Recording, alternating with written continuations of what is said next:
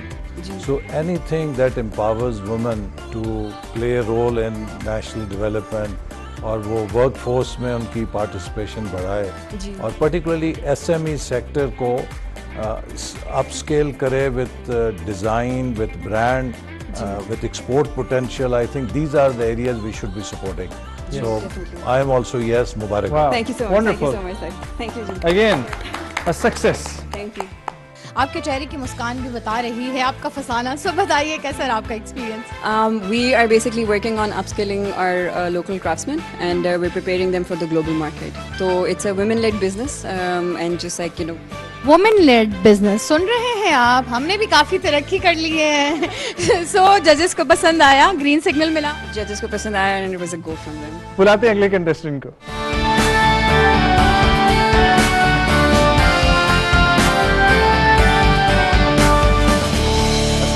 میرا نام عاصم مشتاق ہے, میں چیف ایگزیکٹو ہوں تعلیم فاؤنڈیشن میں.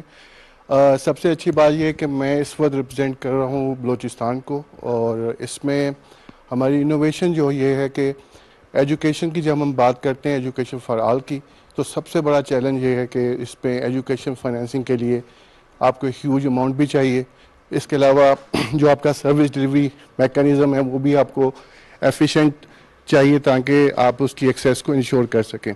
تو ہم نے کنونشنل جو ہوم بیسڈ ٹیوشن سینٹرز ہوتے ہیں اس آئیڈیا کو ہم نے پک کیا کہ اس کو ہم کس طرح سے ٹیکنالوجی کے ساتھ لیوریج کر کے ہم ایک بہتر پیکیج کر کے اور اس کو ٹیکنالوجی کے ساتھ اسمارٹ کلاس روم ہم اگر ڈیولپ کر لیں اور اس کو ٹیچرز کی جو کوالٹی کا ایشو ہے جس کے اندر ان کو لرننگ ریسورسز نہیں ہیں وہ ریموٹلی ان کو اویلیبل ہو جائیں. اور اس کے علاوہ چونکہ وہ لاسٹ مائل پہ ہیں تو لاسٹ مائل کے اوپر اپنی ایک اسٹریٹجک ان کی اپنی پوزیشننگ ہے جس میں مختلف قسم کے انوویشن لائک فائنینشیل انکلوژن وہ کر سکتے ہیں. اس کے علاوہ اسکل ٹریننگ ہے وہ ہو سکتی ہے.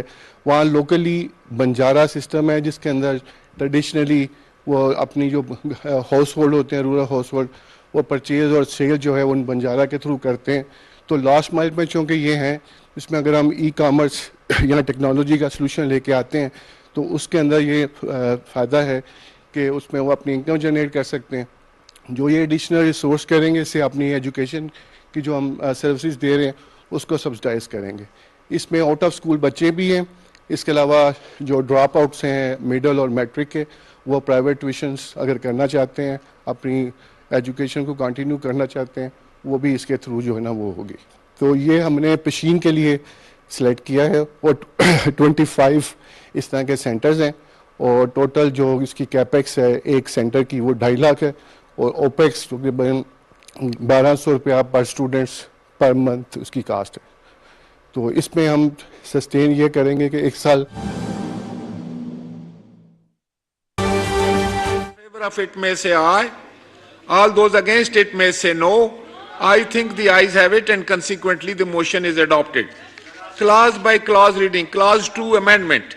There is an amendment in clause 2 standing in the name of Mohtarama Maryam Aurangzeb, Minister for Information and Broadcasting. Now I call upon Minister for Information and Broadcasting to move her amendment. I move that in Pakistan Electronic Media Regulatory Authority Amendment Bill 2023 as reported by the Standing Committee in clause 2 after paragraph 3 the new paragraph 4 shall be added, namely after proposed clause 5 the following new clause shall be added, namely ensure fair, transparent and independent rating to broadcasters for their TV channels. Now I put the amendment as moved by Minister for Information and Broadcasting to the House. The question is that the amendment as moved be adopted. All those in favor of it may say aye. All those against it may say no. I think the ayes have it and consequently the amendment is adopted. Now I put the clause 2 as amended to the House. The question is that clause 2 as amended do stand part of the bill. All those in favor of it may say aye. All those against it may say no. I think the ayes have it, and consequently clause 2 as amended stand part of the bill. Clause 3. The question is that clause 3 do stand part of the bill. All those in favor of it may. Minister for Information and